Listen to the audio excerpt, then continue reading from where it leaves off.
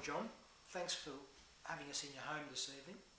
I'd like to start off tonight by asking, how have the last 6 years been in the band and with us as friends that have led you to this moment? The recollection, one of the defining moments is we were all at the Black Sabbath concert in 2007 and we're all walking to get a drink outside the entertainment centre, and we're walking past this party of people, and all of a sudden we all just stopped and we looked at each other. We go, hang on a minute, there's some familiarity. I swung around, a group of guys swung around. I noticed Alan in the crowd and a couple of the other boys, and then we stopped and we just spoke, and it was a really nice connective moment. And after that, we decided to keep in touch, and as it all transpired, we got together periodically, and from that periodically, slowly those seeds were being sown.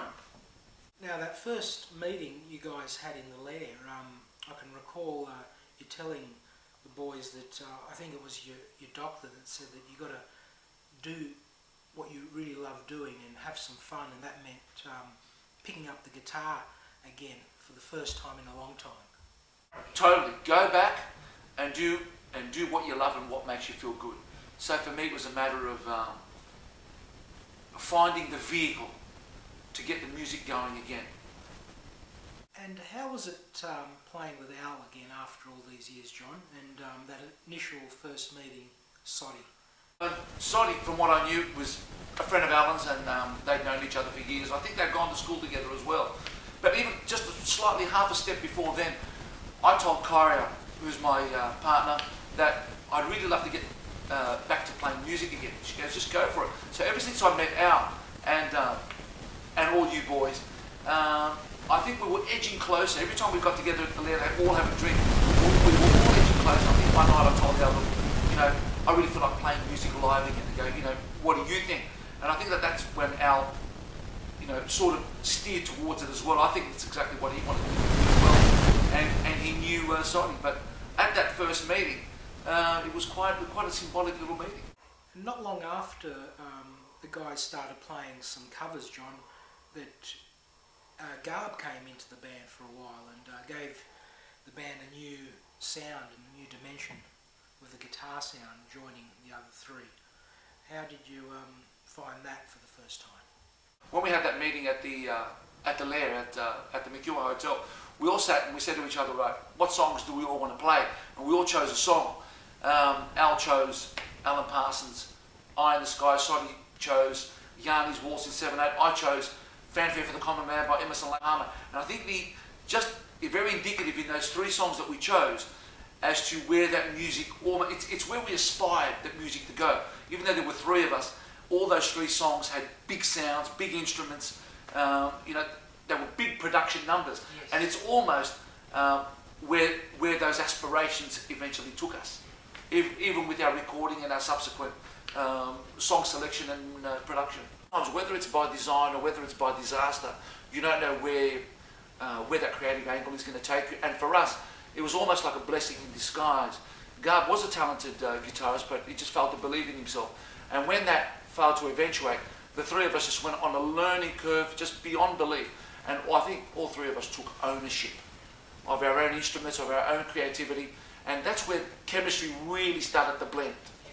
Well, that led the band into having these creative juices and starting writing your own material, which just flowed out of you guys by just so much that you ended up going into the recording studio to get it down as your debut EP. What was the recording studio experience like? The experience in the studio with one of Sydney's top producers, Sean Carey, was quite unique for me personally. I remember Al had sent Sean some of our work and he was quite impressed by it.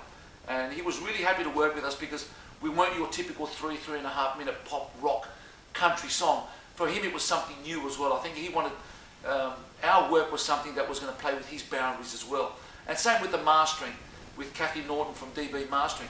It was also something new for her. I remember her telling me that she hadn't worked with some progressive music for a while, and it was quite exciting for her, apart from your everyday mundane. But the creative process for us, I think, is quite unique. You have someone like Alan, I think he was very, very instinctive.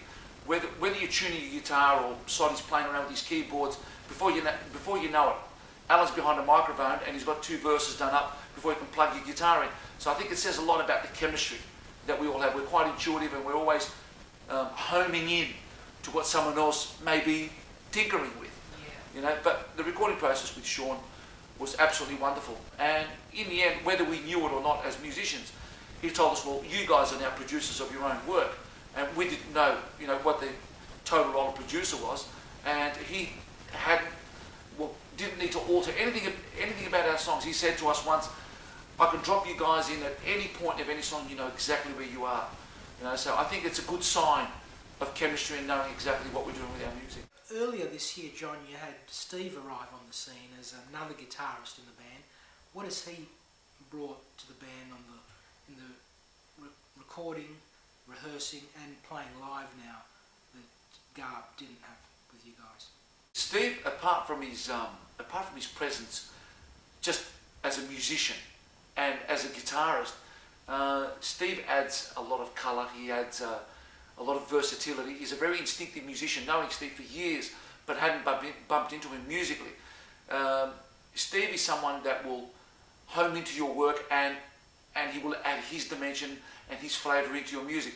And he's so enhanced that with a lot of our songs. We played 5 songs with him and he went away. We didn't restrict him. We told him it's an open palette for you.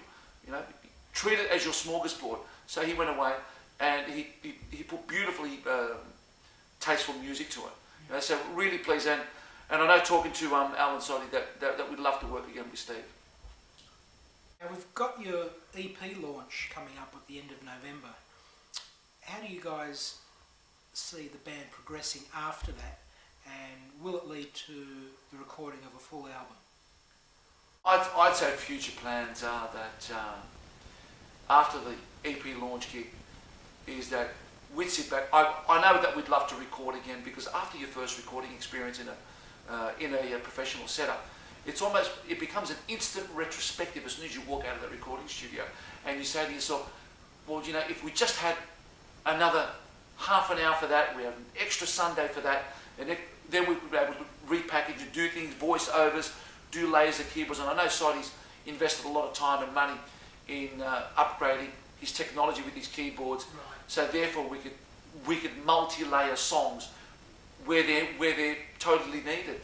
So I think we'd be looking at doing an LP somewhere down the track, but I think we also want to be known as a live act. And I think that's quite crucial for us, because from what we've been told, the energy that we give to the crowd is the energy that's also given back to us. And I think that we thrive on that.